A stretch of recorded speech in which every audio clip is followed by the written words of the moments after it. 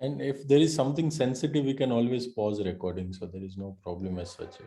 No problem. No, yeah, thanks. Yeah. And Utkarsh, if you are recording, just please record on the cloud so that it directly goes. So I am logged in from my phone, so I guess it will by default record on the cloud, right? Okay. Yeah. I think so. Yes. Okay.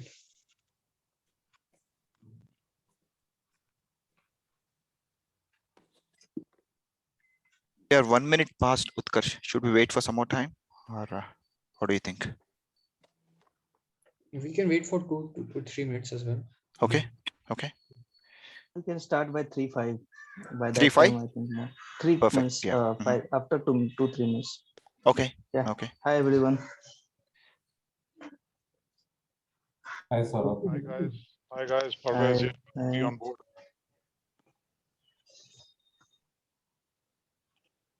First time I'm making a presentation to people with the intention of non-technical explanation. So it was quite difficult for me to filter out many things and make it as abstract as possible. Because say, most of my presentations outside makes a lot of assumptions that they were aware of certain business cases and technology. So it took quite some time yesterday for me to make. Yeah. But let me know.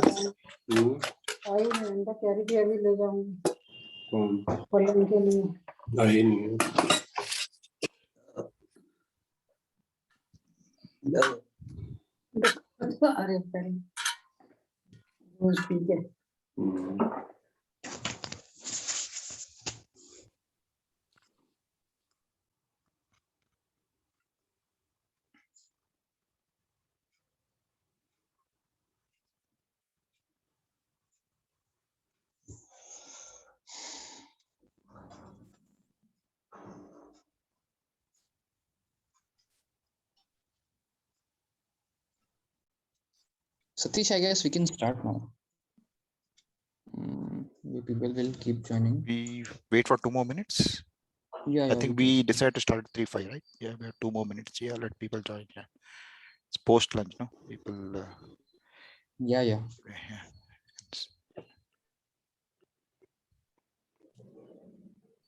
Do we start with an intro or Satish? Perhaps we can introduce Satish first, and we can go on to the Okay, presentation. yeah, maybe yes. Yeah, good afternoon. Yeah, my name is Satish. Yeah, I stay in Bangalore and work in the technology sector. As of now, I'm a senior architect and technical manager for a telecom vendor working in the wireless area. So basically, I've seen the evolution in this industry of late, and I was involved in the development of 5G from day one.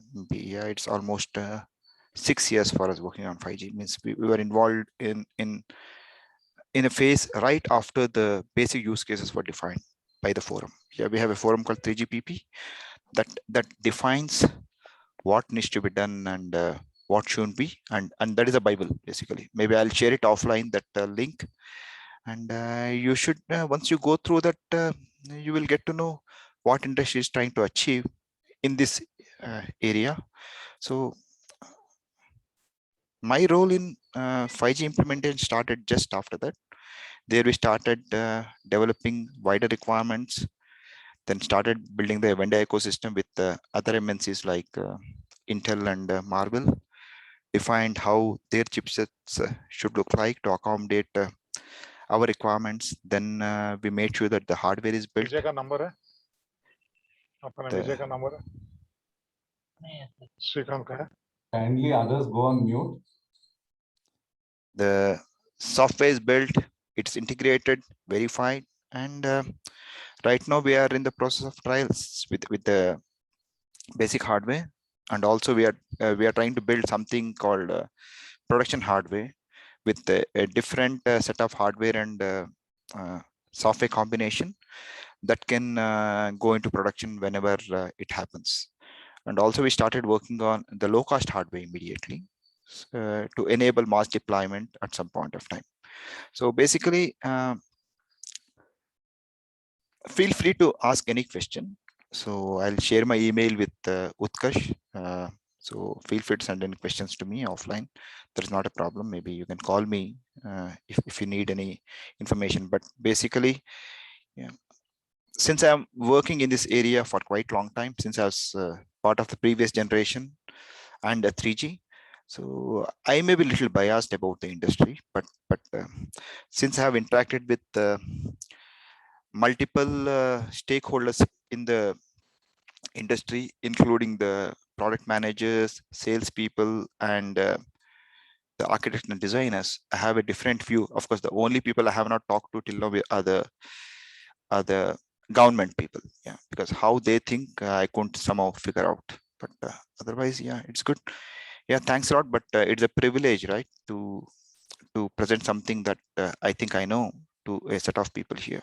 So it's really wonderful. Yeah, I think let me share. Yeah, but yeah.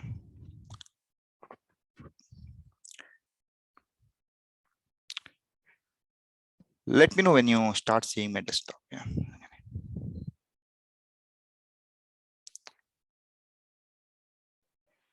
Can you see? Yes, now. Okay, wonderful. Yeah. Okay, today we are talking about, we'll start discussing some aspects of telecom and how 5G is going to make a difference to the current telecom ecosystem. So what are the challenges and how we can come out of the little impediment or mess we are in with respect to telecom, and if at all something happens, how it may happen. So that's what we are going to discuss. So I'll restrict myself not to discuss company specific things. So who are all the companies who are going to work? So maybe that discussion can happen in the future in our regular DAA sessions in the evening whenever we get a chance. And the basic thing is, once you understand these things by reading the newspaper regularly or some of the sites, you will get to know exactly what is happening. So it won't be very difficult for you, and you yourself can identify what all companies are involved in these and what possibilities are there. So before we go, sorry, we need to understand the evolution. Basically, the real wireless telephony, right? It started in 1979. It was called analog or AMPS. If someone were in the US in early 80s, you would have seen these mobiles, but I have not seen. So, but in 1991, the GSM got launched. Yeah. The GSM was launched in 1991. That's where we got a digital communication, and it gave rise to a lot of new companies. Nokia became so powerful after 2G that the run is still happening for this company. So 2G is when it got launched, and 3G was, when I say launch, means it was a trials and the basic services, but the commercial and mass deployment would have happened 2 to 3 years later. So I just have tried to capture the initial launch date. Then after 10 years, the 3G happened. So in between, the 2G was pure voice, right? Whatever GSM mobiles we have. But in between, we call 2.5, 2.75, where we tried providing minimum data support in the form of GPRS or something. I don't know how many are aware of, but at least we could manage some of our work with GPRS at the beginning of this millennium. Even in 2000, early 2000s, we used to manage our data needs with GPRS. Then came 3G, where there was a real effort to provide the data. I see. From here, right, we try to provide the broadband quality data on the mobile. 3G was the first thing, but the technology was very expensive, very complex, and it was a losing game for both the vendors as well as the operators. So within 5-6 years, the technology was replaced with something called 4G. So if you see from a use case perspective, there was no difference between 3G and 4G, but only thing is it provided decent data throughput and made the life for both operators and vendors a little bit easy compared to 3G. So as soon as the 4G became prevalent, you can see that the operators are phasing out 3G very fast basically. So 3G may not exist after 1 or 2 years in the world. Yeah, but 4G is something that is prevalent right now. So we have most of the operators providing 4G service. In India, the initial launch of 4G happened in 2012 or 13 by Airtel, and Jio launched its 4G service in 2016.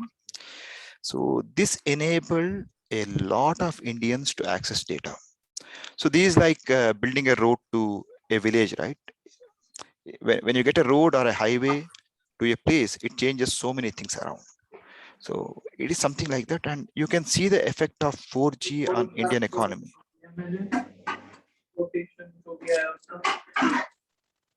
Any question? Sorry, yeah. Quotation आया है काम ही नहीं का हाँ। कितना है total 230 का है।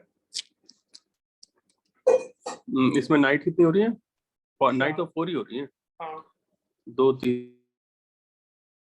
Sorry, yeah. So 4G is where we got good broadband connection, but it was good. It changed many things for the countries basically. The data, a combination of mobile broadband through 5G along with smartphones changed the way people looked at things. So most of the usage and use cases shifted to the mobile or moving terminals, and things became very good after 5G. But you need to understand one thing: 4G is a big data pipe. Okay, as long as you are latched onto the network, you are going to get same service irrespective of who you are. Means every user, based on where he is located, he is going to receive similar quality of service. So there was no differentiation of service. It was like, I have built a huge road, everybody can go. Everybody has equal right of access. That was 4G. Then there were some things where 5G came, where if you see the basic thing, it is also a mobile broadband, but mobile broadband is one of the use cases in 5G. Yeah, that I'll try to explain. So if you see 4G to 5G, 5G is a huge jump from 4G. So any questions here?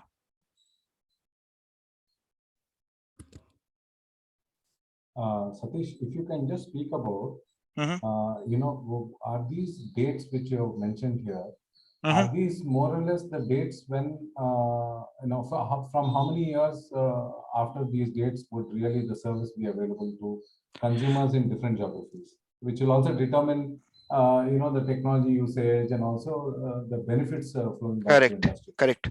See, analog is dead. Nobody is using it. GSM, still people are using it. It's almost 20, 30 years, right? Still there are 2G systems working in India, and people are still providing service. 3G, it is very marginal and people are shutting down the systems. 4G is available. I think it will exist for another 10 years easily. It won't go off. Means the average age for a technology with the current experience is around 20 years. So 4G launched in 2019, it came to India in 2014, became prevalent in 2016, and it won't go anywhere for next 10 to 15 years easily. You will have 4G in some places in India still kicking. So 20 to 25 years is where we do, because even when we design an equipment, the life of the equipment, including software upgrades, should be around 10 to 12 years. Yeah. So 5G, when it kicks in, it will stay for at least 15-20 years, not less than that. So that's why it happens, right? So did it answer that question? Yes, thank you. Okay. So any other question before I move on? You were talking about 5G, right? So what about these companies like Starlink and OneWeb?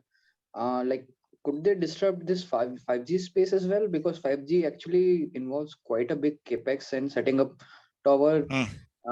Like you need a lot of towers at the nearest to the proximity of the users. So so could you please address that?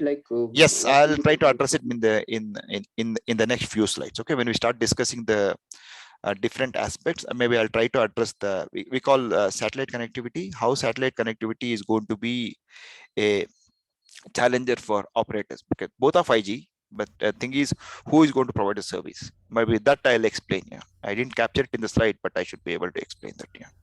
Can I ask small question? Sure. Yeah. So is that like the changeover or the transition from the 4G to 5G or 3G to 4G? The acceptability from the people. Ultimately, the users are people, and then the other side of the coin is the developers who are developing the technology or instruments based on that. So is it like slowly it is enforced on the public, and then you have to change your mobile phone, you have to change your systems which do not operate anymore on 3G or 4G. It is going to happen. It's going to happen because ultimately, once the equipment becomes legacy, it becomes very expensive for the operators to manage the network. So they force. Because even I saw, sir, that even rather than 4G or 5G, software life is itself is 2 or 3 years now. The models of mobile phones and other devices, communication devices, they are even not offering you for just I chased my I had a big fight with Huawei in Gulf. So Huawei phone, I mean, they say we stop working on any software of our phone after 2 or 3 years. But that is on the handset side, right? Handsets, for example. Handset side. I'm talking about the complete network. Yeah, handset maybe, but it's still this a 4G. is one example. I'm just giving you an example. I agree. I was forced. Exactly. I was forced to change my phone.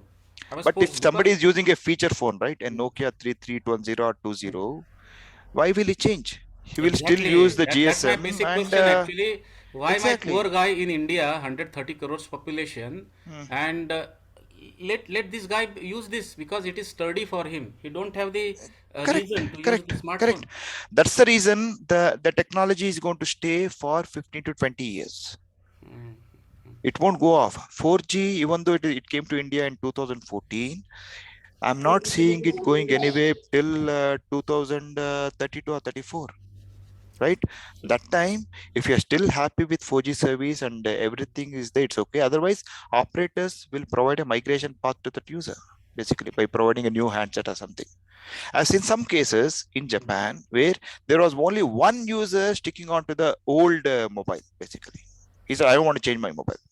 Exactly. So it's like my house is in between. I don't want to sell my land, but the government is building the road. And then exactly. Yeah. That time we had to do so many things. But he was having that mobile. Do you think that the quick question is, do you think that the government has the responsibility to also make sure that they don't allow any such people to just take over the market and then enforce the technology on the people? Hota and I said technology will be enforced, right? If UPI is becoming so prevalent, data is required. If you want to use UPI, if you are on the receiving side where you are receiving money, if you have to access your bank account, everything, at some point of time, data becomes de facto. I think the penetration, yeah. Which level when and what, yeah. Exactly. That is it. That's why enough time is given for people. So if you're using an old mobile, then he will be given a migration path, because we had that crazy thing. There was only one mobile with a particular capability. Because that person was adamant to retain that, we had to retain the network configuration just to support that one mobile. The executives went, sir, we'll give you a new mobile, just change from this mobile, retain the same service. We'll give you everything. Everything is going to remain the same, but change the mobile. We'll give you a latest mobile. We cannot support that old mobile. Simple. So that's going to happen, but that's in the domain of operators, right? So somehow they will manage. Yeah. So yeah. So it's very sticky. At the same time, it is changing. So without you realizing, right, things would have changed. So you'll change the mobile. Once the mobile is changed, a lot of new services come into picture, and you will start subscribing to those services. Yeah. And if you have next slides for on this subject about the cyber security aspects of mobile phones in 5G, when we go with 5G. No cyber security. I'm not covering cyber security. Okay, we can talk about it if you want. Okay. Yeah, we can do that. Yes. Okay, then this is I try to capture the complete ecosystem in a frame, like how things work. I should have done some animation, but somehow I couldn't do. You will see the. Okay, let me just 1 second. Let me just turn on the laser. Okay. Here, right, the left side where I'm doing, this is what we call the user side equipment. It can be a mobile, or within the home we have our wireless router that is connected through a fiber, or in the future we'll get drones or vehicles that need some service, or even the factory. Anything can be there here. Okay, factory related IoT sensors, I didn't mention it. They all form the user side equipment. So this itself is a very huge ecosystem. Basically, people who work on this area seldom come to this area. This is a very specialized area and require a very specialized skill set.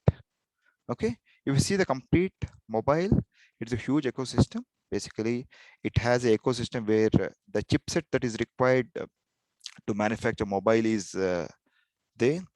Then there's an ecosystem to manufacture the handsets. There's an ecosystem to have the OS. We have two, right now. We have Android from Google and iOS from Apple. And we have very huge application ecosystem where people write applications to make life easier, to access the data on the cloud here, or do something within the handset. So that itself is a huge thing. So within this, it's a huge market size, and I don't have the exact number, but it runs into tens of $billions basically, this ecosystem. Then we have the home ecosystem right now, where a person sitting at home wants to have a wide broadband, not wireless, it is a wide broadband connectivity, and he will have his own ecosystem. This is quite small as of now. The only thing is we have a broadband connectivity, either fiber or copper, and we have a router. But in the future, this ecosystem is going to grow when we introduce more intelligent equipment at home. Maybe your what we call iRobot, right? What we use at home right now to sweep the floor, or your intelligent refrigerator, microwave, your water heater, all those things, when they become intelligent at some point of time, this ecosystem is going to grow. And we don't have the size for this, but there's a lot of work already started happening here. We call it as IoT devices, and there is some considerable amount of work happening, and this market is not less than $5 to $7 billion at this point of time worldwide, but it can grow in the future.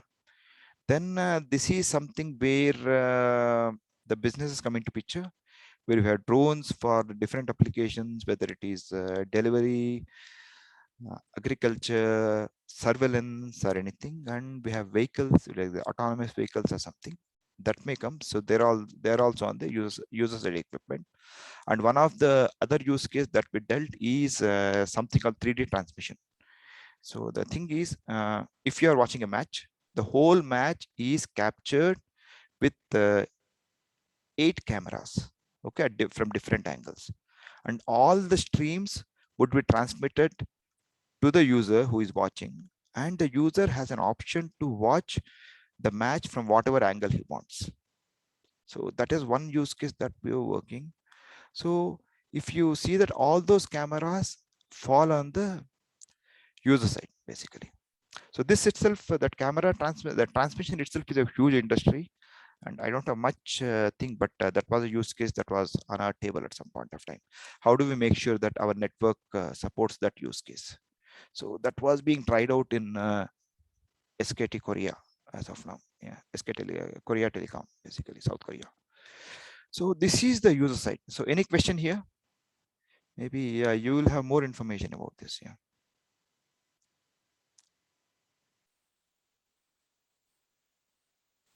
Okay, if there are no questions, I'll move ahead. Then comes the beginning of infra, right? The mobile infra. It starts from the base station that you find on some of the buildings are on the highway, and goes all the way till the operator's core network equipment area. Okay, here, and it may coexist with some of the business related data centers here. So this data center, what I am showing, that is related to business, and the operator data center can be different or can be same. They can be co-located in the same building, or these two may be co-located in the same network, basically within the same building. So there are different things, but this is ecosystem. So when you come here, right, the base station, this again is a huge ecosystem. There are big players here, and this is where the fight is happening to begin with. Maybe I had a WhatsApp chat with Vivek, and Vivek asked me to mention some names. Basically, if you come to tower, right, just imagine who are all the people who get involved. See, tower is something that you cannot put wherever you want, because it's governed by laws of physics and the location, the nature of the location. So the location of the tower is very important for the better performance of the radio frequency equipment what we use on this. So this tower is managed by specific companies. So we have Indus Tower in India, we have GTL, we have so many other companies who just install towers and manage those towers all over India in a particular location. So once this, of course, they provide power and other services to the operators. And it is not that there is one tower here and I can have another tower in 50 meters, because it has so many logistical issues. So usually this tower is shared by multiple operators. Okay, if you see, if whenever you see the tower, you can observe there will be 3 towers. So every tower belongs to an operator. Maybe a single tower, if you see here, the first one may be Airtel, the middle one may be Jio, the bottom one may be Vodafone. So that's how it is. Yeah. So here is a scenario where I just took the picture randomly, where this tower is being shared by 3 operators with their own equipment. Okay. Then whatever you are seeing, white things, right? They're all the antenna, basically. This antenna is an equipment that is used to send and receive the signal, the wireless signal. Okay. Then we have something called radio unit. So radio unit is where the real game starts and the money spinning, because most of the billing that happens to the operator is on the usage, basically. In the GSM world, we used to call Erlang, and in the data world, we call it as pure data in GBPS. And based on the capacity he's using, the operator has to pay money to the vendors. And this is where big money is there. And if you ask anybody, most of the drama what we do here is to sell more of this equipment from the operator. So if you observe closely, there are many companies within India and outside who are trying to get into RU space. So initially in LTE world, what happened, right? If you have a radio unit here that does the radio processing, and the centralized processing were here or here, the interface was proprietary. Suppose if you are buying a radio from say company Reliance, and you cannot use anybody else's equipment. You have to use Reliance equipment only here also. Means you are bound, basically. If you're buying a radio from Reliance, you have to use the rest of the equipment from Reliance. So it was what we call as vendor lock. So vendor lock was a big issue. But in 5G, what happened is the interface is broken. Means you can buy the radio from somebody, and you can buy this part of equipment from somebody else. So this opened up a huge radio unit market. So who are all they? Now we have Nokia's, Ericsson's, then that is in the traditional operators. Then we have Samsung. Yeah, somebody asked a question. Hello. Okay, sorry. Yeah, we have Nokia's, we have Ericsson's. That is foreign players. Then we have Samsung, and that is forms the top tier European/Korean. Then if you come to Japanese, we have NEC and Fujitsu selling those radios. Usually they sell it to Japanese vendors, but few people in India use it. Then we have new vendors like Airspan Network, where Jio has a significant stake. That is also in the picture. But more interesting is, did you see STL Tech is coming out with its own 5G radios? And there's a small company. It's a Pune-based company, and we have an office in Bangalore also. It's called Sankhya Labs. They are also building these radios. So one of the things, maybe you can search in Google. What Airtel did is, Airtel has a collaboration with TCS to build the 5G portion that sits here and here, and the radios for that I heard, maybe I may be wrong, is from Sankhya. Means Sankhya along with STL Tech. Of course, Sankhya is getting a lot of backing from STL Tech to promote their radios, basically. So what happens is, since it is open, so there's a little chance for Indian companies to participate in the 5G rollout. So I'll give you one example. So in one of the customers, what happened is he wanted radio for high capacity, medium capacity, and low capacity based on some location. For high capacity, he went for native equipment from Japanese equipment.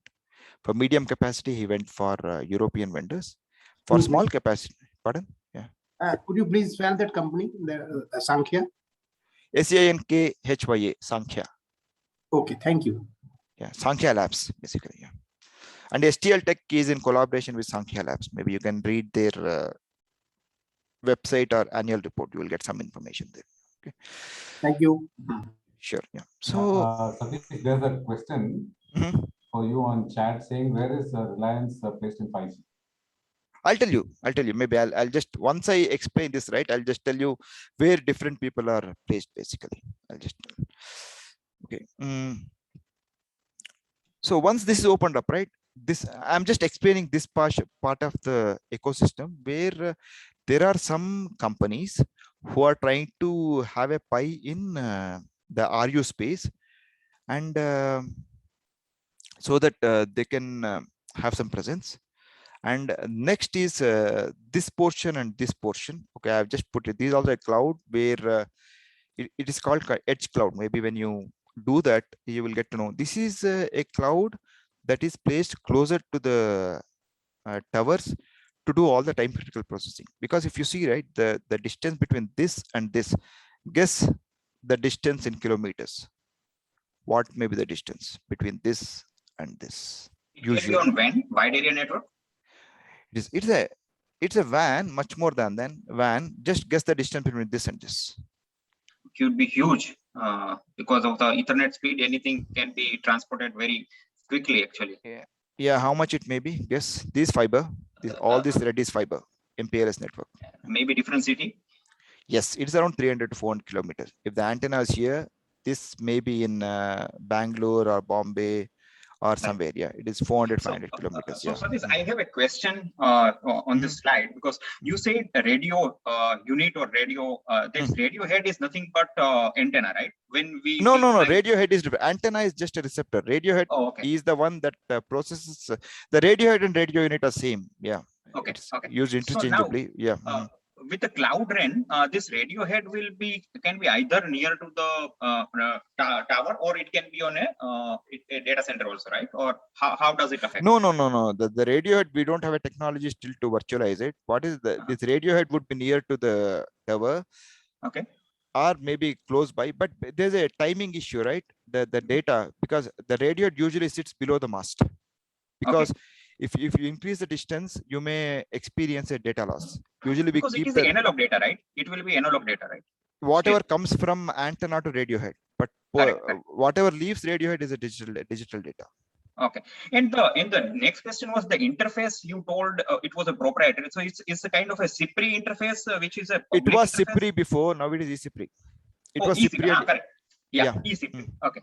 Now it is eCPRI 7.2 or 7.3. What we call that is standardized. Yeah. Oh, okay. So we worked on this on Broadcom actually. We kind of verified, CPRI or Ethernet. CPRI, yeah. CPRI is there, but yeah, we use CPRI or eCPRI. Maybe for other people. Good. Okay. Okay, on, so please. Thanks. This one becomes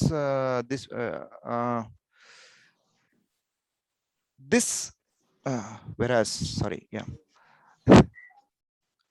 So this cloud, so we have a distance. This is around 400 to 500 kilometers, but most of the processing happens here, the non-time critical processing.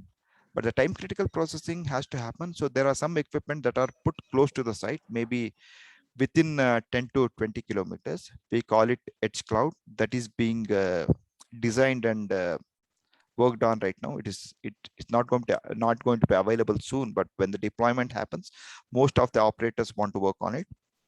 And this edge cloud, as well as this cloud, they want to open it up. Means they want to run it on commercially available hardware, like normal Intel servers or NVIDIA servers. And the software, what they want is also, they want it to be open. So they are free to buy it from any vendor. So in this case, there are many companies, STL bought a huge stake in a Israeli company called ASOC. TCS said, I'm developing my own some of the things. And Reliance has a 3,000 people company called Radisys working on this area. So if the industry gets it right, so we'll have a very fragmented vendor ecosystem that is supplying the antenna, radio, edge cloud, and the main cloud equipment and the software. And my personal guess is, since India has a good software development ecosystem, we'll have a good say over a period of time. Maybe, yeah, initially people may develop, but when it comes to maintenance and enhancement, most of the work may happen in this part of the country. So that may be a clue at some point of time who's going to make more money. And it's all about different things, right? So that's how it is. So you got it? So now when this comes here, from here to here, here's a huge optic fiber network. Okay, the data need to be transmitted over optic fiber from, say, Bangalore to Bombay, where these equipments are this thing. So this is called a transport network. Okay, this transport network is a different beast altogether. Even though it looks like this, there are many players who are going to provide long distance transport network. So can you guess who are the two biggest long distance transport network providers in India? Is it a US company or something like that? No. They are pure Indian companies. Airtel? Yeah. Communication. Reliance and BSNL. No, they have their own network, but the major thing is not them. Don't tell me BSNL. So just there's something called Power Finance Corporation Limited. Wow. Power Finance. What they have done is, whenever they laid their power cables, they put the optical fiber also. Similar to Railtel. Similar to Railtel. So Railtel and PFCL, as of now, are the biggest third-party neutral providers, because they have the network up and running. So they provide service at any point. If you just want a raw fiber where operators can put their equipment, they're okay. And if they want end-to-end management, they are even providing that. Sorry, can you repeat the name? I totally forgot that. Railtel and PFCL, Power Finance Corporation. Okay. Okay. Power Grid, basically PGCL. Sorry, what I'm saying, PGCL, not PFCL. PGCL. Okay. Power Grid has a huge optic fiber network. Yeah, that was a smart move. I was guessing some government company, and it came. Yeah, the scheme is like that, right? It's a beautiful scheme. See, you cannot. Maybe when I explain the business part, it's very difficult to get quantifiable money from companies, right? They may do something, and that's the basic issue for telecom business. So either there were issues from operators or from the government. So now what government is trying to do is, all the long distance fiber I'll manage. So you transmit your data through that and give me a cut. So if the data traffic grows, government is going to get a share. And moreover, more than that, right? Since this is controlled by government controlled entities, government has a huge say on the security and other issues, other stuff. I was about to say. It is more technical and strategic issue. Yeah. Hi, Satish. Yeah. This PGCIL, Power Grid, how much percentage of its revenue is coming from transport network operations? I don't have the numbers handy, but it's decent. Yeah, at least in Bangalore areas, Airtel uses them extensively.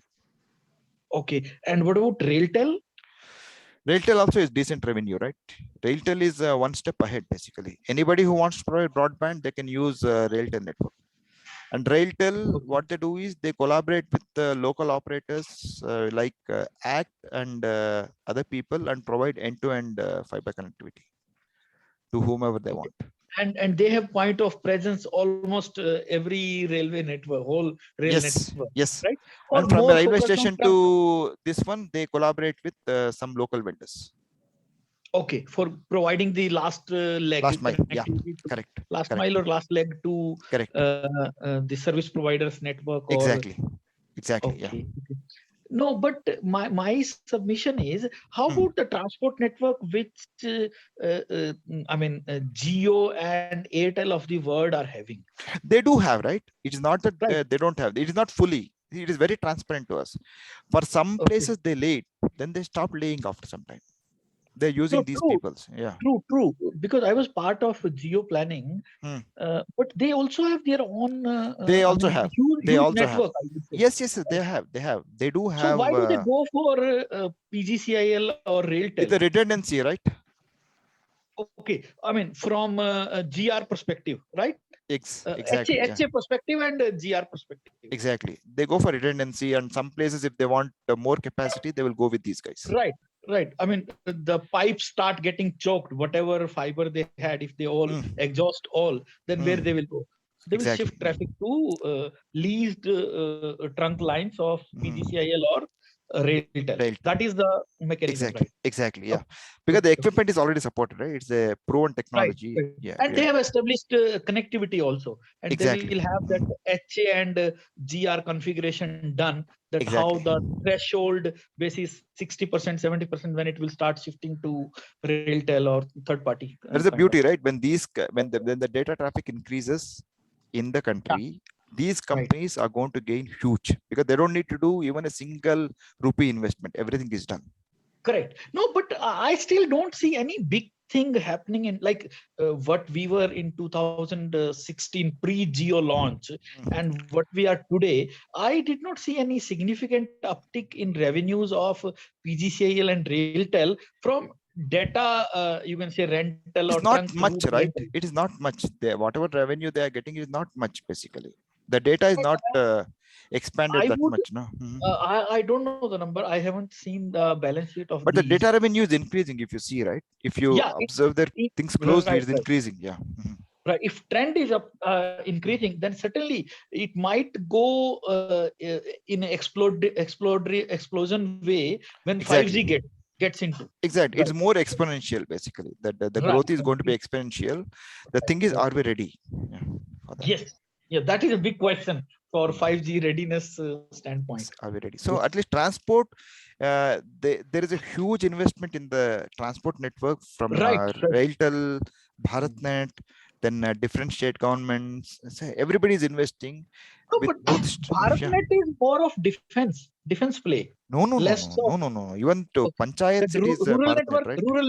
Rural network. Yeah. See, a cable has 42 fibers. Right? No, but the question is, what is the reliability of BSNL BharatNet? Who will take it? It is reliable. No, it is managed by somebody else, right? Country owns it, but they don't manage it on day-to-day thing, right? STL is managing some of the networks for them. Okay, STL is Sterlite. Sterlite, yeah, they manage. They deploy and manage. Yeah. Defense, because Sterlite is into the defense rollout of fiber. No. Sterlite is also into defense rollout. They set up the equipment. The defense project, whatever you are doing, right? If you see, RailTel is involved in that project. Sterlite is involved. There are other companies also involved in that. Okay, yes. My submission is they were more focused on Northeast and J&K.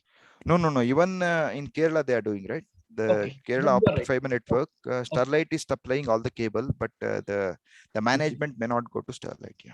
Okay, please continue. I've already taken more time from you. No. It's fair enough. If it's adding value to people, I'm really okay.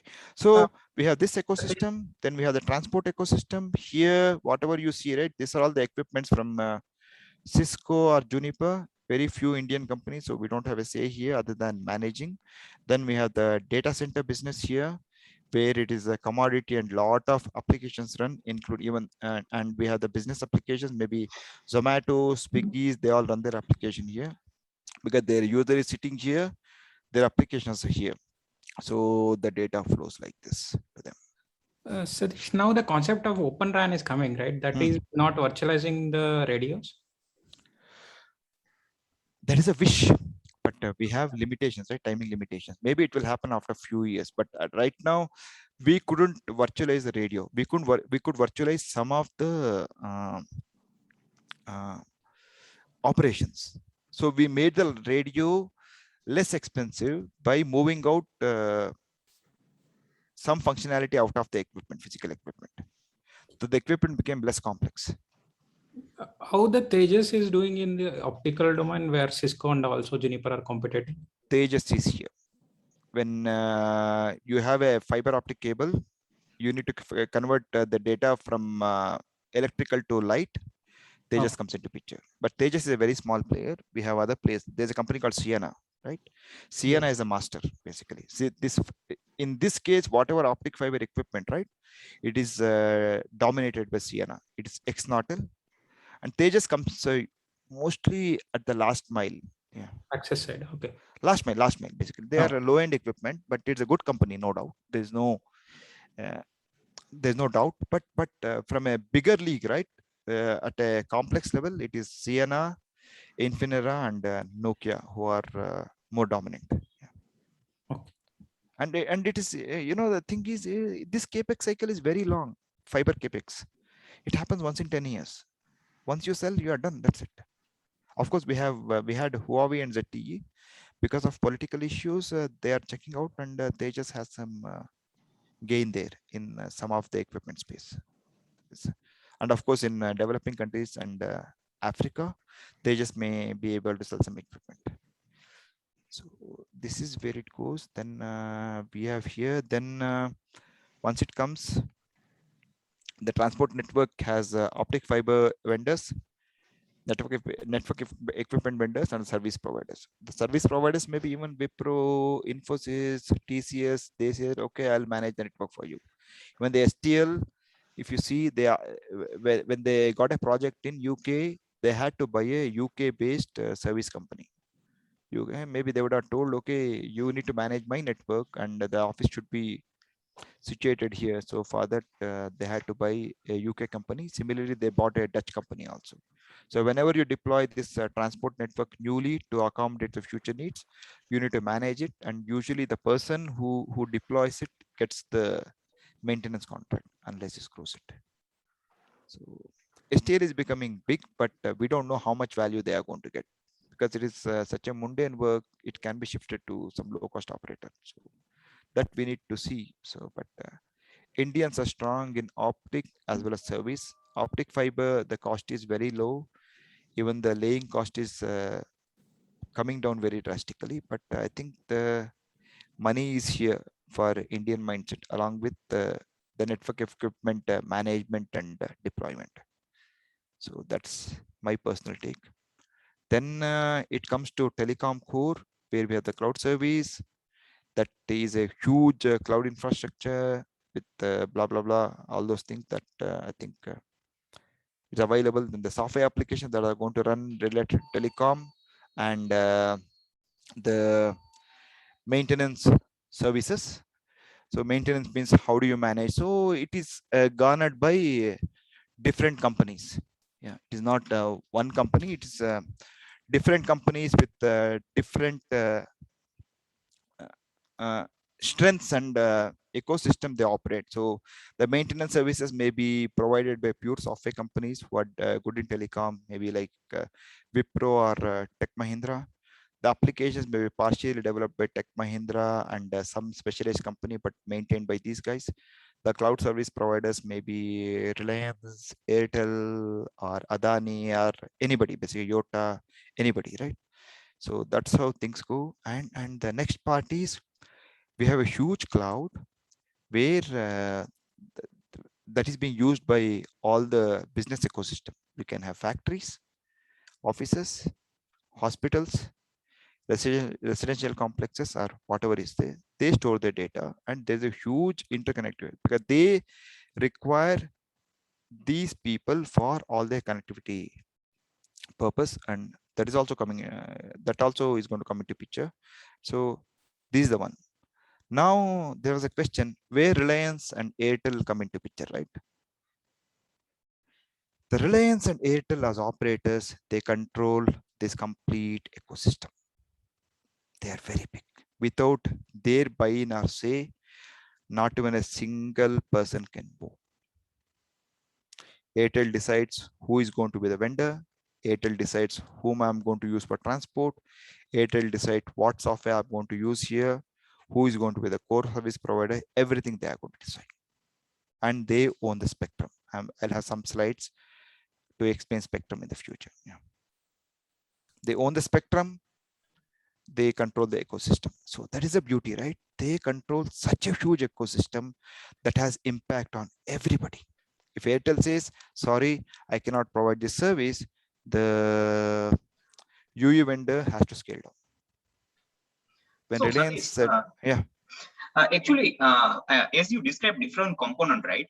And lots of components are now open in the sense that no, it's not vendor specific. Any vendor can come into this business, opportunity. Now, having said that, in an initial rollout of the 5G, right, the Airtel, Reliance, I think they are going to go ahead. I heard that they are going to skip Nokia and Ericsson, and Reliance is kind of no. That is only for press. It doesn't happen, right? You have those even companies. I was thinking because there are all open part how they are going to manage and see, they will have a hybrid thing, right? Because they cannot afford to lose their business, right? Suppose if they do some adventure and screw up their implementation, they will go back by 2 years. Correct. That's what I was thinking, that if there are lots of moving parts here, they will not able to do a quality of service once they put all together. Correct. Nobody is going to take that risk. See, going with a Nokia or Ericsson may become very expensive. So what they do is, see, it's business, right? Business and a little political. So ultimately, they want to bring their capex down, capex and opex down. So they do whatever is required. So that is very difficult, and it's very fluid. But the point is, the operators have huge impact on what is going to be deployed and who is going to work throughout the world. So right now, and they play very low key. They say we don't have money, we are under tremendous pressure. But when you go and talk to them, you know how powerful they are. Basically, they control the complete ecosystem. Correct. And they have a deep pocket. Otherwise, they would be out of business. They have money. If somebody says operators are broke, I don't agree. They have huge money. They don't want to spend.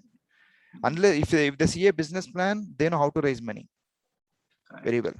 If somebody says that somebody is not deploying a very good data service, the reason is not that they don't have money, they don't have a business case. Maybe I'll tell you in one of the future slides. Yeah.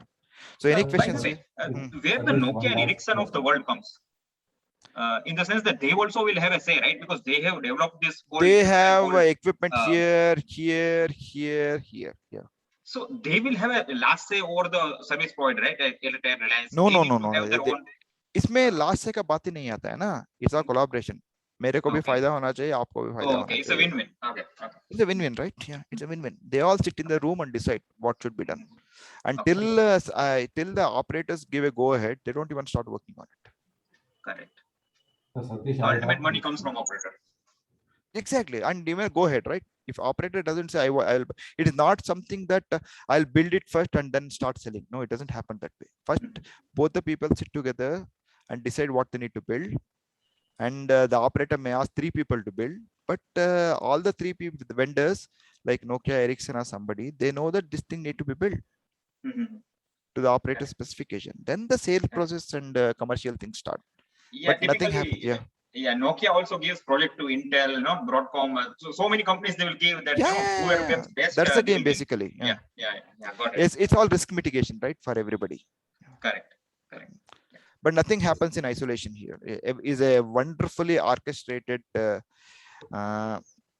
ecosystem, and over the industry, not less than 20,000 engineers, high caliber engineers are working in this ecosystem, at least.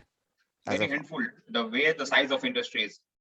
20,000 engineers are working. I'm not talking about commercial parts. Engineers trying to develop the system. Correct. It's very handful, I guess, because the industry size is very huge. Yes. True. Satish, can I jump in here? This is Parvez. Sure, Parvez. Yeah, please, sir. Yeah, lovely presentation. Satish, considering all this network that you're talking about and also the possibility of clogging up the ecosystem with data, etc., on the optic fiber part of it, what happens when you have the satellite web services come in? What does that do to this network, or is that even something possible in this circumstance? Okay, satellite web services is a thing. Okay, sorry, I forgot. This mobile, right? This mobile can access this network through this network, right? It goes to the mobile from it goes to the tower. From tower, it uses the optic fiber network and goes all the way here. For this mobile, instead of going to the tower, I can go through satellite. Means if you assume there's a satellite here, or if you assume this this box has a satellite, it goes through here and comes here. Means only the last mile is through satellite. That means you are eating into the revenue of Jio and other people. Correct. So what happens? Is that a possibility? Is this something that is the possibility, pipeline? right? It is a possibility, but that is too expensive, right, for people, because there's some the low Earth orbit. We call it as LEO satellites. That is just above very low low Earth. Basically, it's at a very less altitude. Is a constellation they use for providing thing. So one of the use cases, I'm not seeing these mobile users, end users using the satellite connectivity within the city, because that becomes too expensive for them. But the real use case is what these people do is these operators, right? They put the tower on say Everest, top of Everest. They cannot lay the cable. They use a satellite connectivity to provide something called satellite backhaul. This is a technique that we use very well. We use a satellite connectivity to cover this line, right? Suppose if I have to provide mobile service in hilly areas, it is very difficult to draw a cable from the tower to the nearest processing station. So I use a satellite connectivity. So we are looking at using satellite connectivity that is pretty decent as a means of providing backhaul connectivity. So it may turn out to be a good B2B business, Professor. May not be a B2C business at the commodity level. Of course, there are some niche users who may use, Got it. So I think one more thing. Last night, just by chance, I was just flipping through channels and I hit upon a Hindi channel that was had a panel on board that were talking about 6G. And very interesting. I only caught the recap of it in the end, which they were talking about the possibility of 6G, where various developments would come out of it, which is basically they were talking about telemedicine, tele-robotic medicine, which could be actually done, miles and countries away. They were talking about, of course, AI being a big thing, and the other thing, teleporting, etc., etc. So whilst we're so deeply entrenched into getting into 5G at this time, what is the disruption that's going to happen with 6G, and is that a reality, and is that in no, 6G, the work is not started, right? Work is going to start only in 2025. People are discussing it in the research labs. What are the possibilities? Maybe when I go through the use cases, Professor, whatever you said, right? Telemedicine and all, they are covered as part of 5G itself. Yeah, 6G is much more, and the use cases are not yet defined. Yeah, it's just to keep the interest. Yeah. So any questions here? Yeah. Sir, one question on this 5G fiberization point, sir. When they speak about that, when with the rollout of 5G, there will be a huge fiberization. Correct. So on the existing fiber which is supporting the 4G network, how would then both of the things will gel together? The 4G. No, there is nothing called 4G network. Ultimately, for the fiber, right, it's just a data. It's just a road. A fiber is a road. That's all. As long as the road is wide enough, it can accommodate both 4G and 5G. The problem happens when the road width is small. And with the fiber technology, I think that is not an issue. There's nothing called 4G fiber and 5G fiber. It's just a fiber. No, sir, Ultimately, when it comes here, it's just the data that is flowing. Okay. So when they speak of high fiberization, so what does it implies to laymen like us when they say that अभी 4G में जो है, in 5G it will be multiple, there will be high fiberization. So what Exactly. exactly happens? Exactly. When they say high fiberization means sometimes, you know, this red line, whatever you are saying here, it used to be copper before. It used to be microwave. Now, everywhere, wherever you connect, right? These factories, data centers being connected to the cloud centers, and the home being connected to this one, everything is fiber basically. They want to put fiber everywhere. Means they bring fiber to the last point. So there is existing fiber right now, or are you telling that something will replace copper? I didn't get your Copper point. won't be there. With copper, you can't do anything. Copper is very loss prone, and the transmission. The fiber is a basic necessity basically. So And it leads to the latency part also, sir. Here, that not latency, right? Cost basically. The transmission bandwidth provided by fiber is very huge basically. It's like a 10-lane highway, right? Fiber, whereas copper is a 2-lane highway, and the cost of maintaining a copper network is very expensive. So people have already moved to fiber. Fiber is a very old technology, right? It's almost 20-25 years old. Because there was no use case to deploy that much, people were okay. Because in European countries, right, the developed market for GSM, what they did is they had the copper network, and no operator will try to replace the network. They said, okay, I don't want fiber, let me manage with copper. All those things they were doing. India also had a lot of copper network, but by luck or something, we started deploying fiber, and we are getting into a decent shape with respect to fiber, at least in the backbone, because with all these Railtel and Power Grid, we will have a very decent intercity fiber network, and within city, it's not a problem. So that laying is already happening by operators and third-party service providers. Satish, AWS and Google are getting into this telecom, right? Which sector? They will be here. They'll be here. Even AWS is also trying to provide tower as a service. They will here. AWS is here. I'm giving you it's called Edge Cloud, we call basically.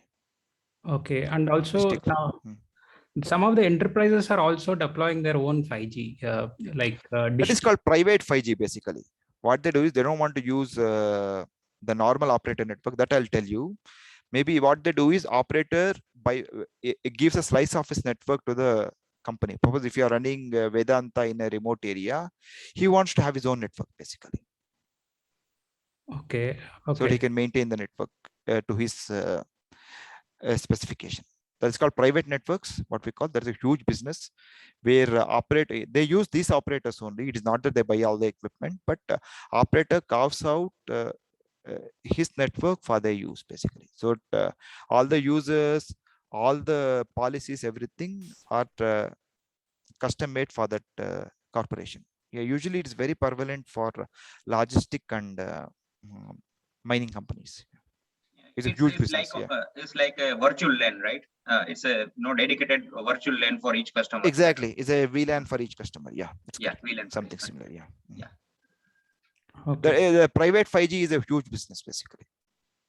Okay, that is still coming up, right? Or it already? No, 5G is not. 5G is still in the nascent stage, no.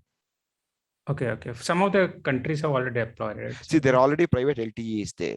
Ultimately, they need to see money, right? Why should somebody move from a normal LTE network to 5G network? उसको पैसा दिखना चाहिए ना. Okay. Ultimately, बाकी सब बोलना जब we engineers talk about all jazzy things, right? If somebody is not seeing money and उसके लिए हवा में कुछ भी बोल के they'll keep the interest. कि मेरा trial चल रहा है, वो है, ये है करके. But if the money is there, everybody will stand upside down. If the money is not there, they will keep the show going with minimum disruption. Yeah. So if the private 5G has to happen, then they need very credible use cases. So the private 5G, again, that will give a revenue to these service providers like Airtel and Jio? Exactly. Yeah. Okay. So they maintain a huge influence. You need to understand. But for some reason, they play it down. Because that is by design, right? They cannot speak too much about themselves. But everybody knows that operators are very strong. they are strong enough to have influence on government policies. If they don't bid for frequency, it's going to hit somewhere. Maybe I'll explain in some of the few slides. So any questions here on this slide? No? Okay. Thank you. Then there are some of the 5G use cases, right? What we want to achieve. Basically, we want massive machine communication.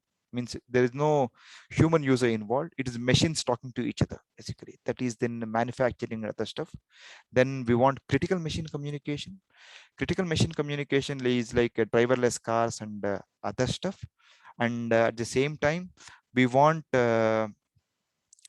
extreme mobile broadband, means more speed than what you are getting right now.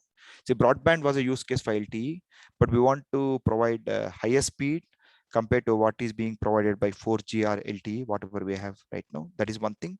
And we want to enable massive machine communication, and we want to enable critical machine communication.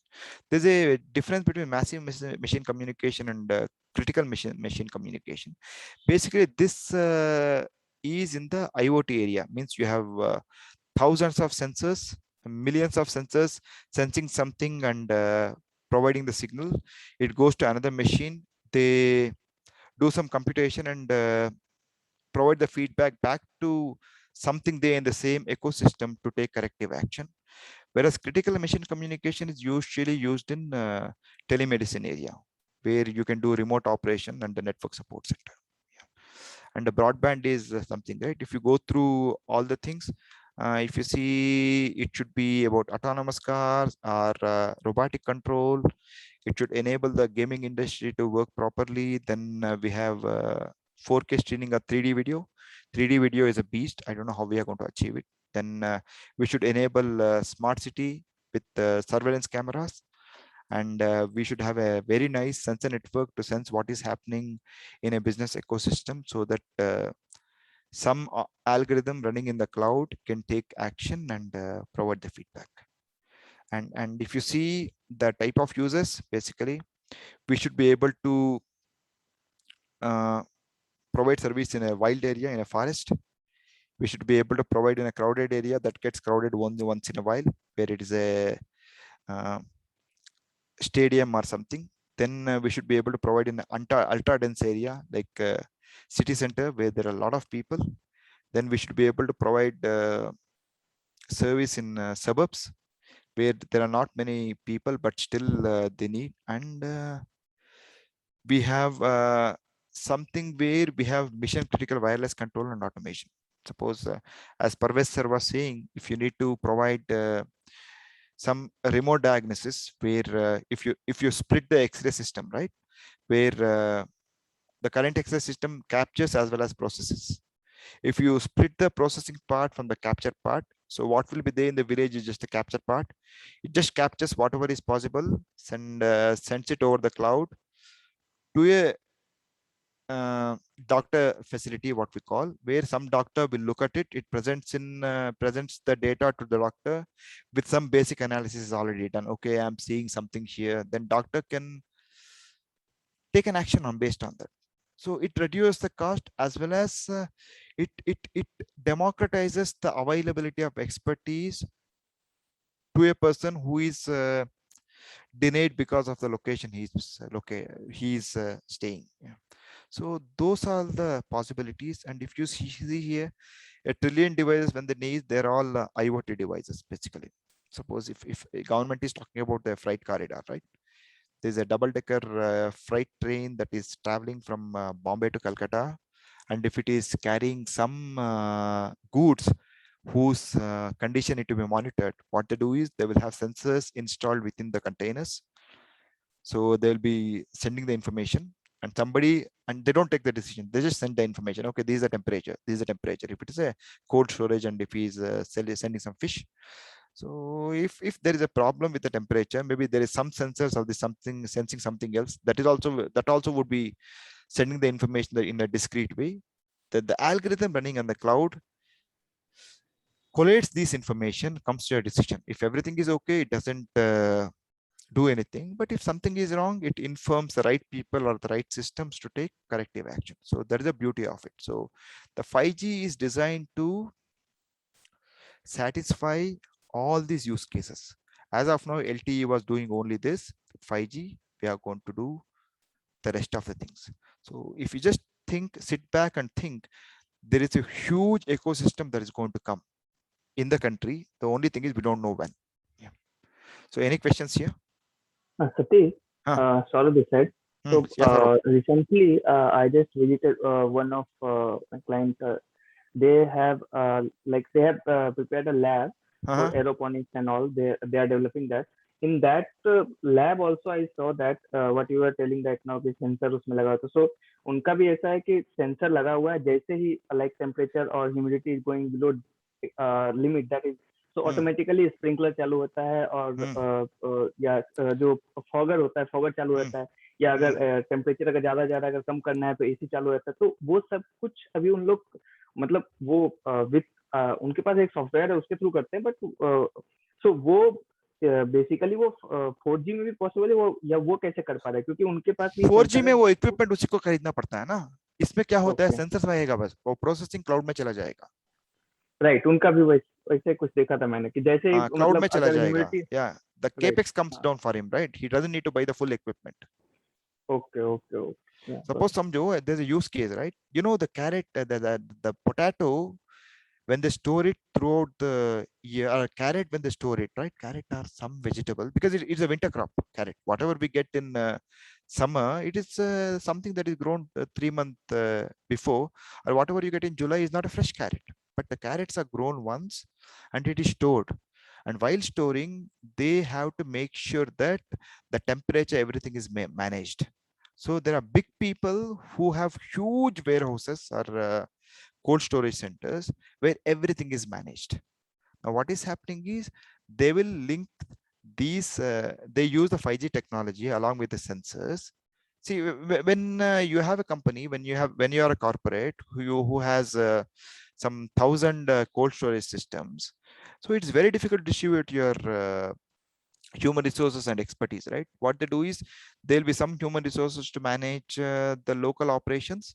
So they will have a lot of sensors to sense what is happening. The data would be provided to cloud, and a lot of things can happen basically. The LTE doesn't have that ability. It becomes too expensive for the network to manage that. So 5G is designed for that kind of communication. Even the drone, right? Drone technology is very difficult to be achieved. It's very difficult to achieve drone kind of communication on LTE. Hota hai, but it is not efficient. So 5G will have some tweak done to accommodate the technology. Satish, Shailendra here. Yes, Shailendra. Since all this revolution is going to go up, like I'm currently consulting some companies for digital twin and the virtual reality or sort of things in the process industry also. Like in the engineering industry, sometimes it is very easy when the process is very simple. But when the process is complex, there are too many interdependent variables. So there are lots of IIoT devices, sensors and all. So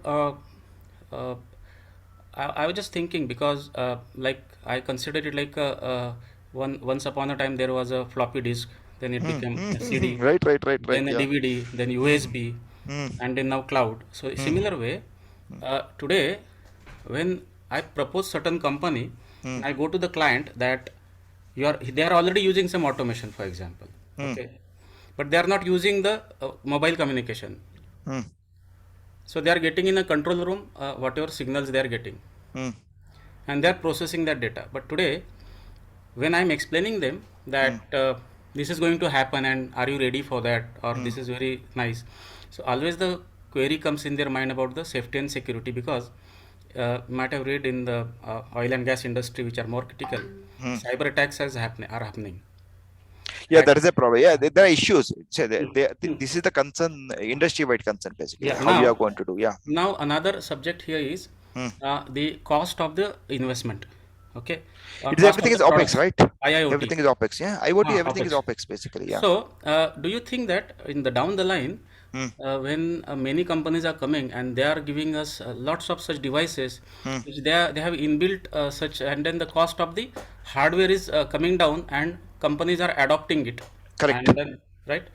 So when we are riding in the initial time of the wave, maybe somebody will end up in buying that particular technology at a very high price, and down the line after 1 year, it's very cheap. वो business वाला देखते हैं ना Shailendra, they will look at it, right? Because that is a business issue, right? How much to buy, when to buy, and all that. I think as long as it is fitting into their balance sheet, they'll buy. See, nobody takes a nasty decision, right? See, at least they say that okay, मेरे को 15 साल चलना चाहिए. The price guarantee. See, that is more a business topic. It's not a technology limitation, basically. See, technology has to go ahead. Business technology will go ahead. Naturally, it's an advantage, right? See, he will see if he delays the decision by an year, what he is going to gain and what he is going to, or what he is going to lose, because there is more a business decision than an engineering decision, basically. If something is meeting his needs, it's about when to deploy. But I don't think that is a technical decision for him. Yeah. But then उसके लिए बहुत अच्छा एक visionary आदमी चाहिए जो lead करे ये सब ग्रोथ होता है सर, इकोसिस्टम में एक बार घूम गया ना वो हो जाता है एक्चुअली. हाँ या फिर replicate the story, success story देखता है कोई आदमी. There would be IoT companies who provide basically. वो हो जाता है in another 2-3 years we'll have it. Yeah, because once when people start working, right? See, that's ice breaking kind of exactly. वो हो जाता है because it's the responsibility of the IoT companies to convince these guys, right? It is cost effective. Exactly. As well as, that is required, like marketing बोलो उसको या awareness बोलो. हो जाता है. Business will take care of it. Yeah, वो कोई thanks काम कर रहे हैं तो हो जाएगा वो. That is not a. I mean that is not a hurdle in the growth scenario. That is not a hurdle. That is not a hurdle. Ultimately, it's going to prop up, right? So with what happens if you are maintaining one warehouse with this technology, he should be able to maintain 10 warehouses with the same number of people more efficiently. Okay. Right, there is a possibility. How it is going to happen, I don't know. But yeah. If we don't do it, then he is going to lose, right? Somebody else will put 100 warehouses. Yeah. Yes, resistance to change can be challenged, of course. Correct. But if it doesn't change and if it goes against him and he is out of business, yeah, that is the problem. Okay. Fine, then, thanks. If you see what we are trying to do is we want to provide extreme broadband. Then we want to provide whatever I have, I just captured it here. Then we want to provide massive machine type communication that connects billions of sensors and machines.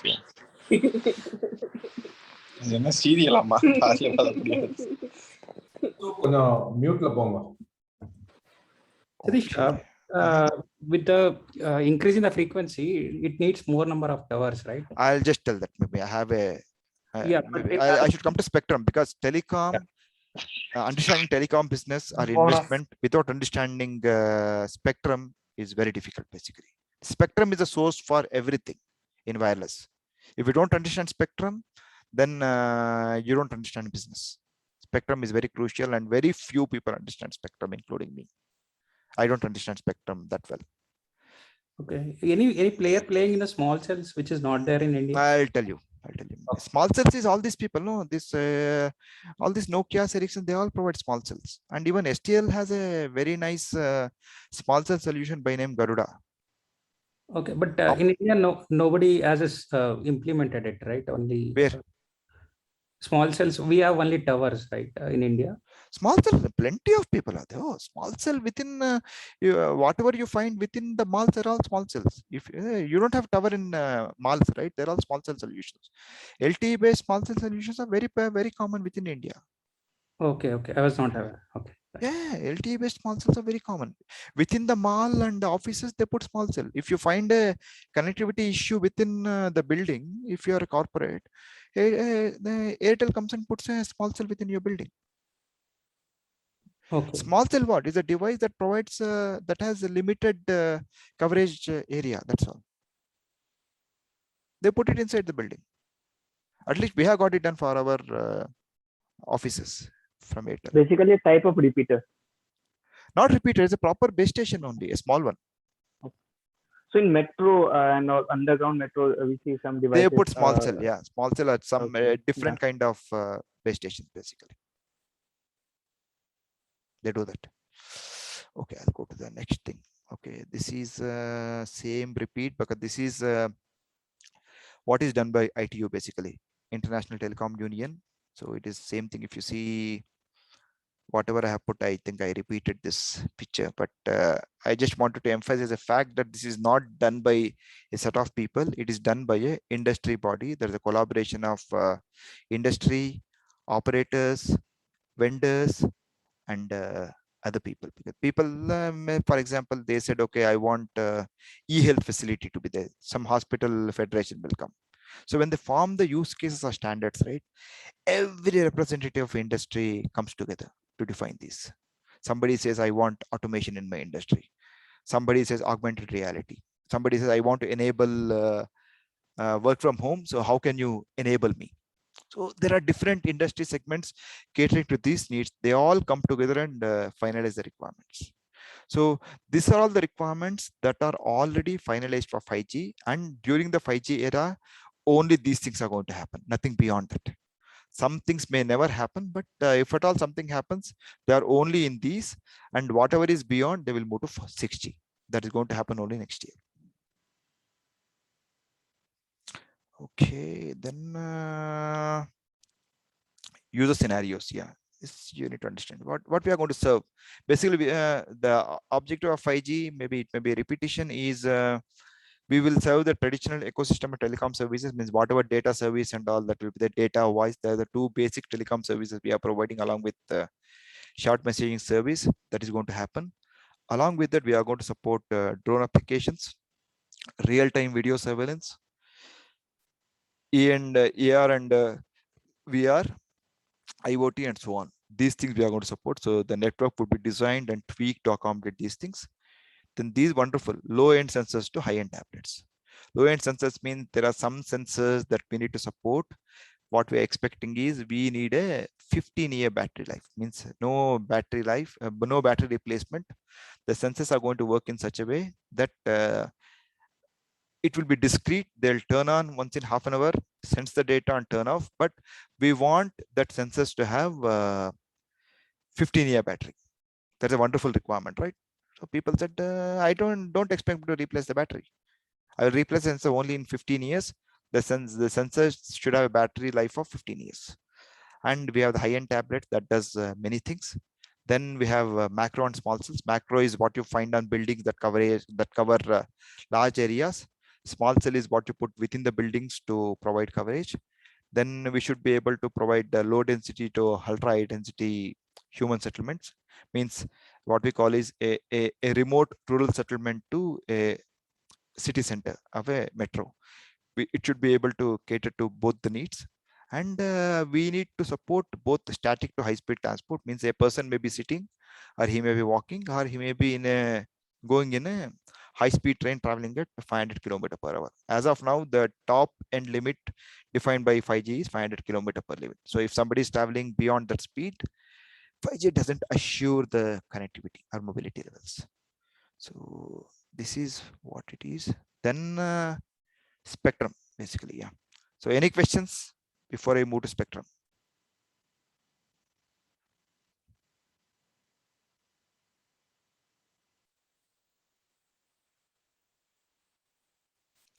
Okay. Okay, spectrum is a wonderful thing, and this is the basic, basically. So just understand the basics. I tried to put this slide just to give you a thing. A higher frequency means faster decay.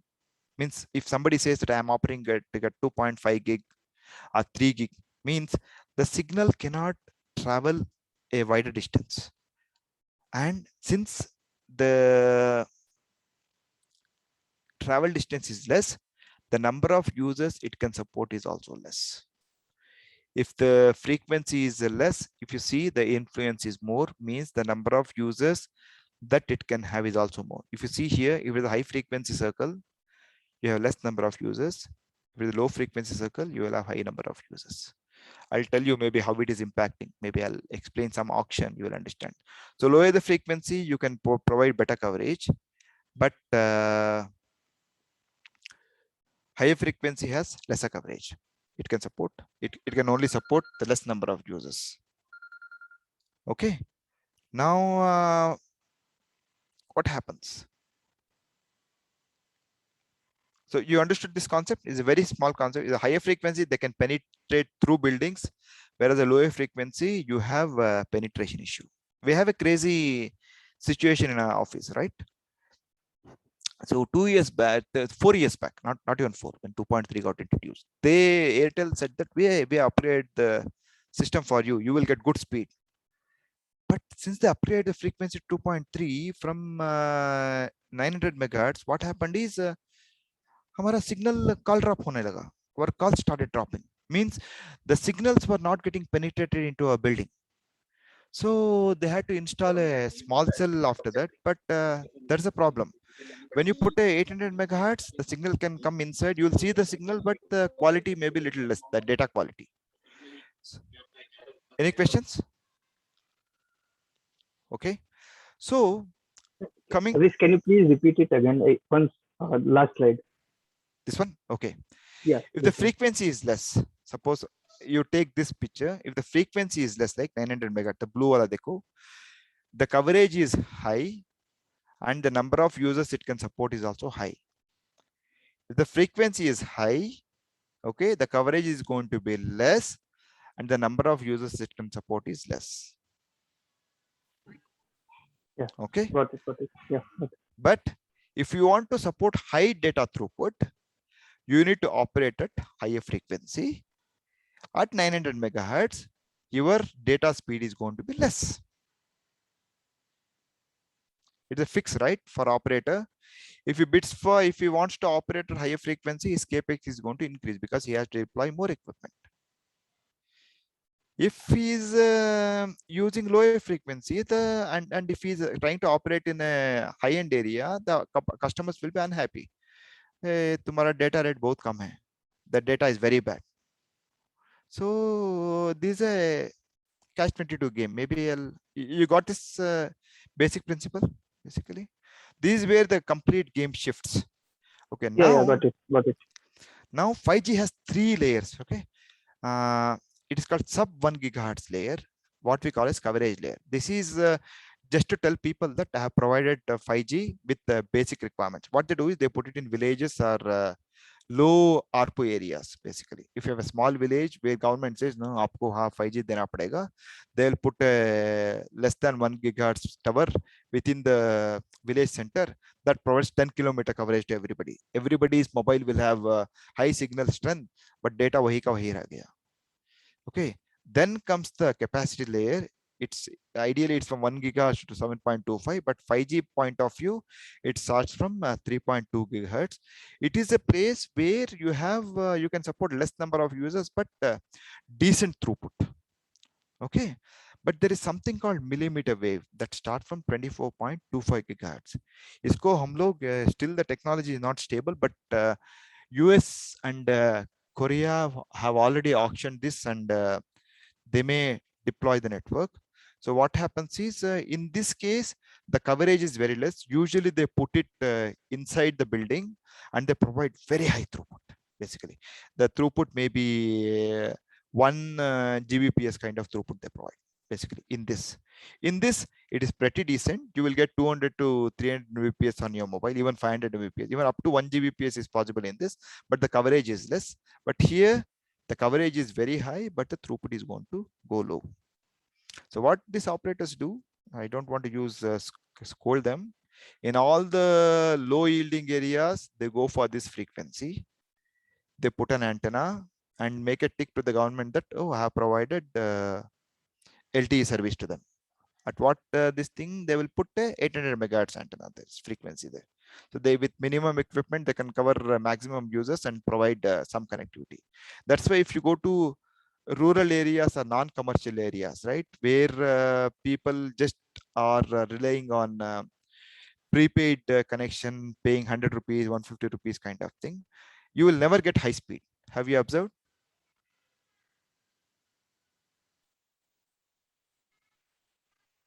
So this is the issue with LTE also. LTE doesn't even go to this. LTE is sub 1 gigahertz to 2.8 gigahertz. But you find 2.8 gigahertz and 2.3 gigahertz frequencies only in metro. If you go to villages or small towns, you will have only 700 or 800 megahertz frequency deployed there. So you will never get good speed in those places. Okay, this is the thing. So any questions here? Because this is important. There are 3 frequency layers. India has given this for all the trials. India is doing the 5G trials in this layer with 700 megahertz spectrum. This is yet to be auctioned. This was supposed to happen in April, but nobody is ready in India for the auction. So it may get postponed. And there are no discussions or plans to auction this spectrum within India as of now.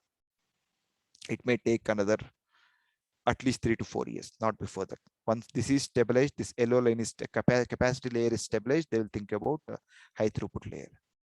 And here I want to just give some information about the whole world, basically.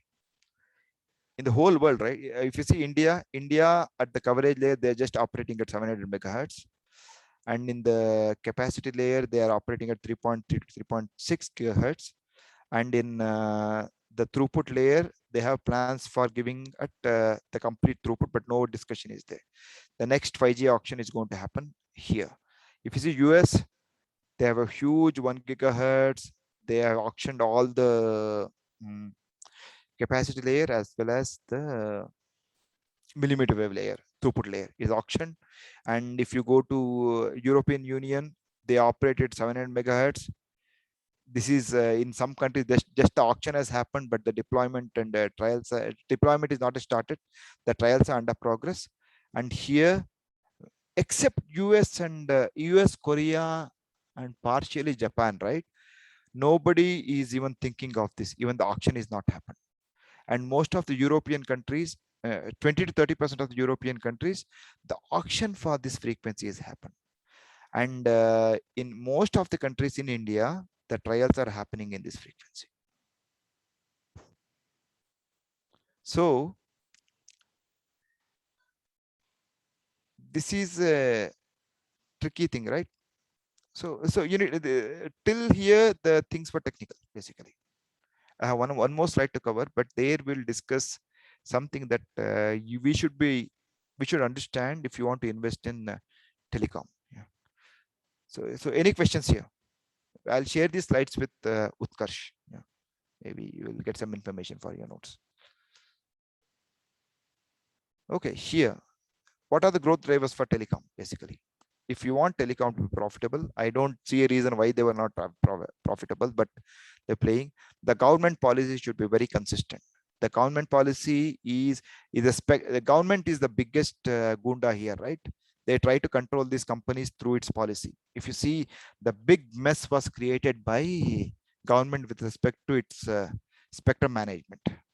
So anybody owned mobile in 1995 when the first GSM service was launched in Bangalore or Bombay? Guess our bills at that time, 95, 96. I never had the mobile, but I had 8 rupees per minute and 16 rupees per minute. Exactly. You know how much the operator was supposed to pay government every year per subscriber? No idea. 5,000 rupees. So in our bill, 500 rupees as service spectrum charges, it used to go to the government. Every month we used to pay around 500 rupees just as spectrum charges. Our bills used to run with 5,000 rupees, 6,000 rupees that time. Of course, I was too young. I never had the mobile, but the bills were too expensive. The incoming was 16 rupees. Incoming was 8 rupees and outgoing was 16 rupees. And people used all kind of techniques like missed call and all, right? Somebody who wants to contact, just give a missed call. We used to caller ID. You go to the nearest landline and call back. So that was bad. Then maybe spectrum is a big thing. Maybe I'll share a link with Utkarsh. Maybe go through that. That shows the complete spectrum saga of India. But long and short, what I'm trying to tell is a stable spectrum policy and digital industry guidelines that are going to stay static for at least 5 to 10 years will be a huge thing. At least with the latest telecom policy and the talks happening with respect to spectrum auction, I'm confident that we'll have a stable spectrum regime at least during the initial days of 5G. That's one thing. The second thing is it is purely in the operator area. That's where what we call, right, open RAN, low cost radio unit, sharing the devices, sharing the network, everything comes into picture. So they will have huge impact. There is a operator domain or equipment domain that has what kind of technology you are selecting. Basically, are you going for the complete vendor lock or open system? Are you going to share your transport network? Are you going to build your transport network? So it's a business decisions and the cost decisions along with technology what operator is going to make that will have a huge impact on its capex and opex. Are easy ready to convert some of the capex to opex by having a deal with vendors. So that is also a thing, right? Because the equipment sometimes becomes so expensive. The only way for vendors to push the equipment to operators is to convert the capex to opex. So that is something that has huge possibility here. So that will be another driver for operator profitability. The third thing is GDP growth. So right now, considering if you assume if with the $2,500 per capita income, our ARPU is exactly 1%. So that is in line with the world. So it's maximum our ARPU of telecom usually is 1 to 2%. So if GDP grows from 2,500 crores and if the ARPU also grows accordingly, naturally we'll see a natural growth. But if ARPU grows from current 150 to 200 rupees to 300 plus rupees, around $4, it's going to be a huge thing for the industry. The cash flow is going to increase. If you increase the cash flow and if they make sensible decisions here, and if you get right support from the government, the telecom industry is going to be more profitable and it will enable many other industries. Yeah. So that's where things stand. Maybe I think this is the last slide I had. So any questions? Maybe I'm open to questions. Yeah. Definitely, there are lots of moving parts because, as you told, right, the technology needs to be correctly, and then the GDP also needs to move in that action, and on top of that, government policies needs to be